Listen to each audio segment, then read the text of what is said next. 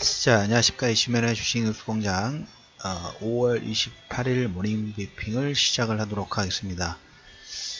주간에 방송을 4개 정도 올려드렸습니다. SK하이닉스 하나, 그리고 다시 독일의 통일의 변천사, 어떤 섹터가 움직였고 어떤 상황 부분이 있었는지, 그리고 이번에 트럼프가 하루 만에 완전히 다 판을 엎었다가 뒤집었다가 다시 남과 북이 불씨를 잘 살리는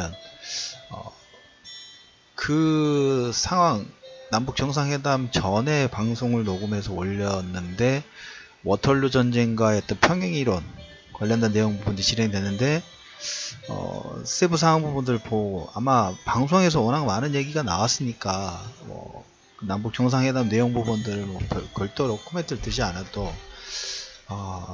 상당히 큰 의미 부분들이 있다고 말씀을 드렸죠. 6월 10일 날 북미 정상회담 상당히 더 속도전 부분들을 벌일 것 같고, 오늘이 5월 28일입니다. 이제 2주도 남지 않았죠. 2주 정도밖에 남지 않았습니다. 2주 약간 넘어서서 중간 그 지방선거도 있고, 그 다음에 북미 정상회담도 있고, 그리고 이제 6월 1일에 군사당국자 회담, 적시자회담, 그래서 8월달 전에 8월 15일 전에 아마 이산가족 상봉 정도, 그리고 이제 그 6월달 북미 정상회담 부분이 끝나면 러시아까지 이제 회담 부분들이 계속 예정이 좀 돼 있다라는, 여기에 이제 우리가 관심권을 좀 둬야 될 부분은 남과 북한, 우리나라가 미리 준비를 한 플랜이 있다고 말씀을 드렸죠. 우리가 4월 27일 날 김정은에게 그 USB를 전달했다는 그런 신문 기사가, 보도 기사가 있었지 않습니까? 우리나라 정부 플랜, 향후에 어떻게 경협 부분들을 진행할 것인지 아주 큰 관심을 좀 둬야 됩니다. 하루 우리가 놀랬다 해가지고 기본 본질 부분들은 바뀌지 않았다라는 얘기를 좀 드렸었죠.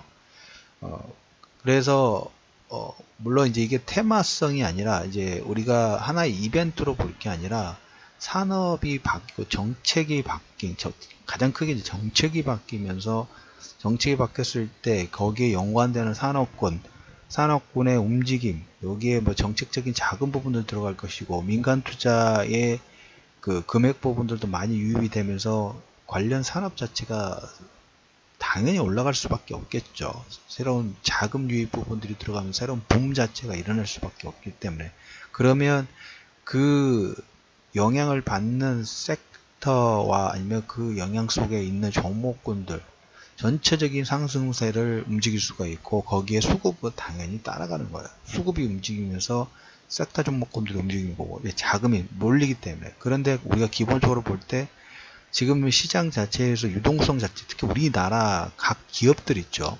상장사들이 가지고 있는 유보금 자체가 이런 말씀을 드리는 게 아마 간단한 표현이지 않을까. 국간에 자금들이 현금 많이 쌓여 있는 상태예요. 투자처를 찾지를 못해요.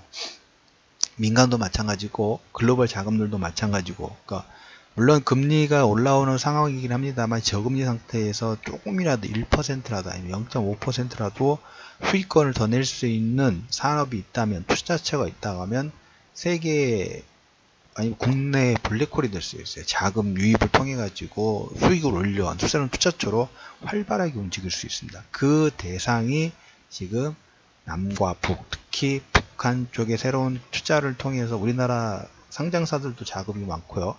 그 다음에 시장 자체에도 자금이 많고 글로벌 유동성 자금들도 있기 때문에, 이러한 자금들이 한쪽으로 쏠렸을 때, 집중이 됐을 때, 그리고 그쪽에 통로 부분들이 열어졌을 때 그에 해당되는 그 효과로 인해서 반사 효과로 산업재 사이클이 크게 움직일 수 있다는, 이 얘기는 제가 여러 번 말씀을 좀 드렸기 때문에 그 내용을 절대 버리지 마십시오. 계속 말씀을 드리지만 유가 천연가스가 들어왔을 때, 간단하게 만약에 러시아의 가스가 들어왔을 때 현재 자금 대비 4분의 1이면 사용할 수가 있고, 유통비용도 물류비용도 프랑스라든지 유럽 지역에 보내는 물류비용도 현재 대비 최소 30에서 40% 이상, 30에서 50%까지 줄어드는, 그리고 북극 항로를 통해 가지고 이동했을 때 기존 경로 대비 3,000km인가요?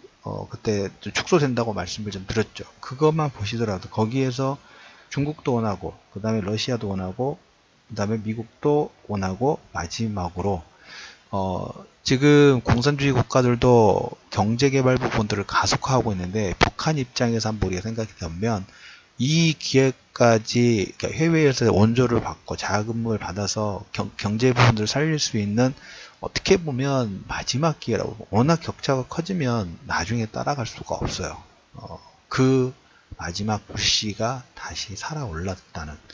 그래서 하나의 흐름이 아니에요. 이것은 최소 10년 이상의 중장기 파동 부분들이 될 수 있어요. 우리나라에 좀 더 국한돼 가지고 큰 보너스가 될 수 있다고 말씀을 좀 드렸기 때문에 그건 절대 잊지 마세요.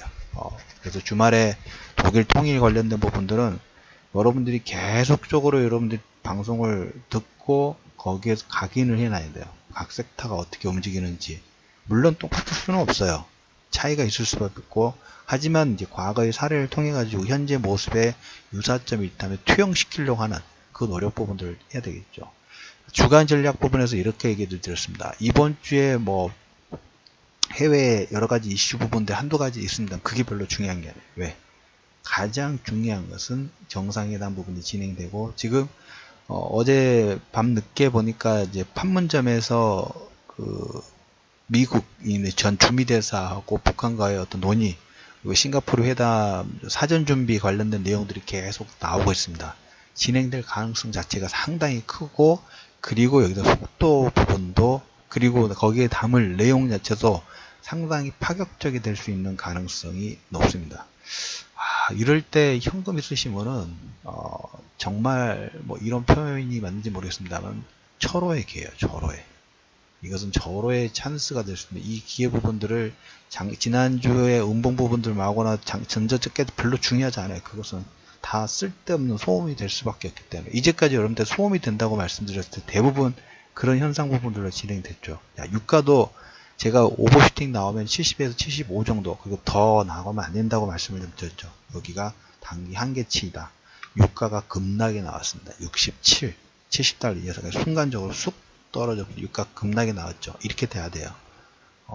뭐 60달러선 또 여기도 밑으로도 오버슈팅 나와도 60달러 정도 단기 급락 부분이 나오더라도 나와야 돼요.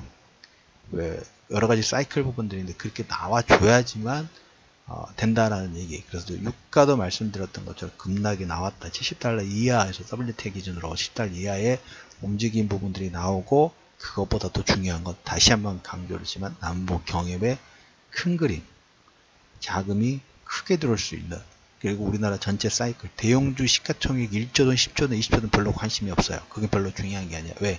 움직이는 판 자체는 이것은 우리가 그 북한의 광물 자원이 3천조냐 4천조냐 이런 얘기를 들고 있죠. 이 정도의 큰 판이 움직이고 있습니다. 현금 있으신 분들은 도망가시면 절대 안 됩니다.